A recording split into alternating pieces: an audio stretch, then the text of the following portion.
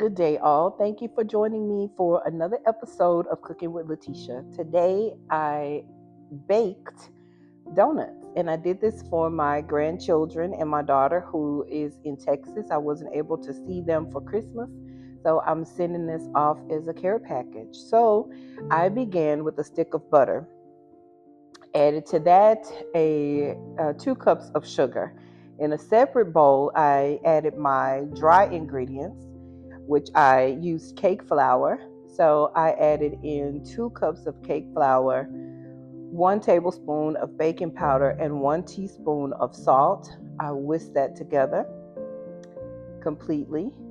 Then I set that to the side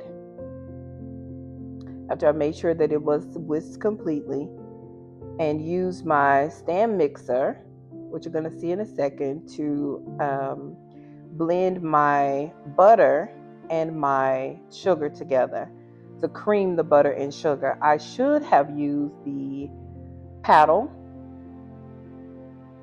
instead of the whisk, but I didn't. So I had to stop it and get the butter out of the whisk and continue forward, but I will use the paddle attachment the next time.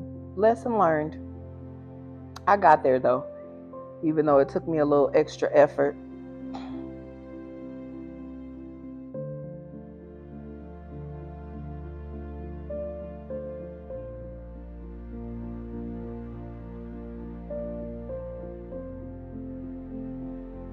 So I continued on whisking the sugar and butter together.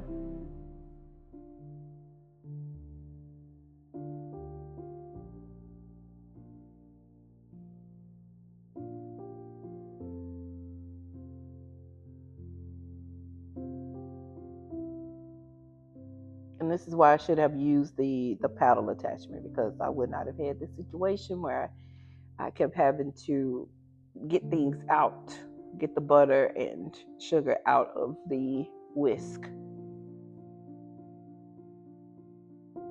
So after that was creamed, I added in 2 cups of buttermilk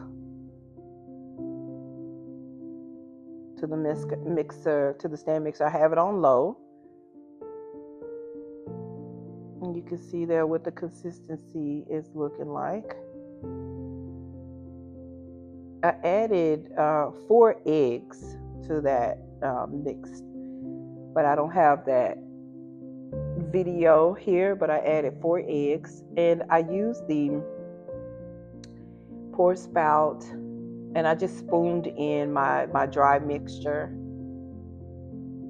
I could have done it without that splash guard and all of that, but I just wanted to play with my attachments, and you can see that this is a new mixer for me, so I was just playing around with it, but I knew I wanted to add my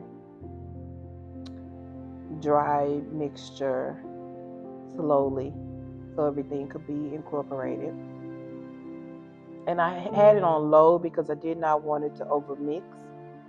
I did not want a tough crumb. So for these donuts, I really just used my vanilla batter, cake batter that I used. I added vanilla as well to my wet mixture, but I don't have the video of that. I added a tablespoon of vanilla bean paste to this as well.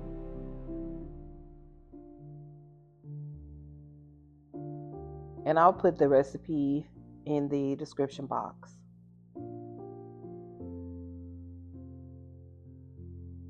And that's what the batter is looking like at this point.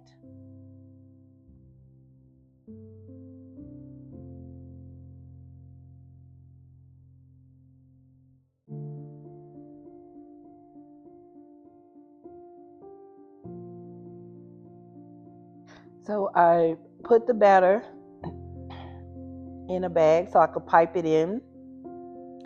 I greased and floured my little donut pans And this was the easiest way for me to pipe in the batter. So I just snipped the end of the bag and piped it in.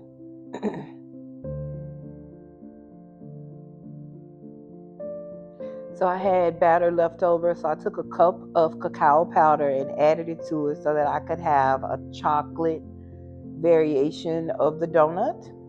And so I just whisked it together really quickly and blended very easily together. After I whisked it together, I put it in the piping bag and I piped it into my little donut pan, as you can see here. And if you see that pan above the donut pan, I used that pan that I had to make some donuts that I can feel. And that's what you'll see me and my daughter doing later on in the video. And I just kept those with the traditional vanilla cake batter that I have.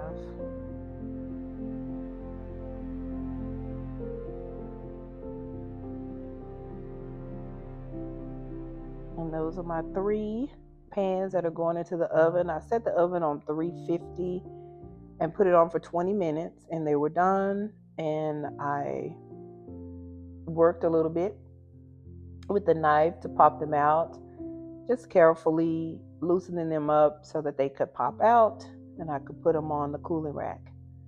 And there you have it. There's one of my chocolates. And it wasn't too much work to get them out.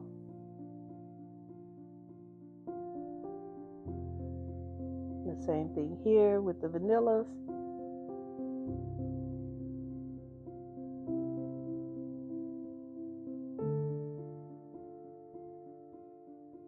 The chocolates seemed like they were easier to pop out than the vanillas were. It seemed like they had pulled away from the side of the pan more so than the vanillas before I even began to work around with the knife. So it took me a little more effort to pop out the vanillas.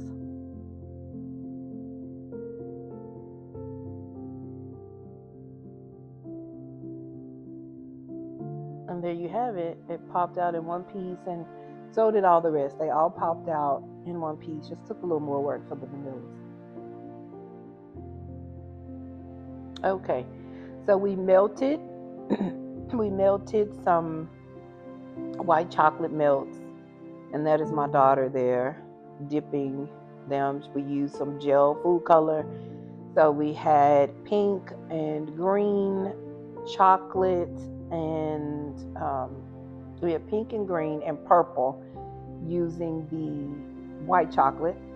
So she colored those, and I'm glad she helped me, saved me some time. And plus it was just fun for her to be in the kitchen with me, baking with me. And then we had chocolate ganache,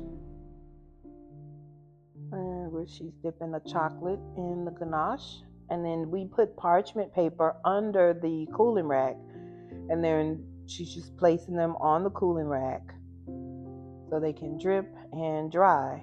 And these are the ones that we were stuffing. So I had caramel that I made. So I stuffed these with caramel. So it'll be a filled donut, a caramel filled donut. And this one is a chocolate ganache filled donut. And later on, I'm going to cover these in powdered sugar. So it'll be a powdered sugar chocolate ganache filled donut. And there's my husband eating one that I had put some roasted pecans on top.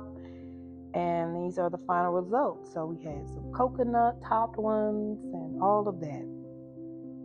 Thank you so much for watching Please like, subscribe, and share, and let me know if you create some baked donuts. I would love to hear about it. And thanks again.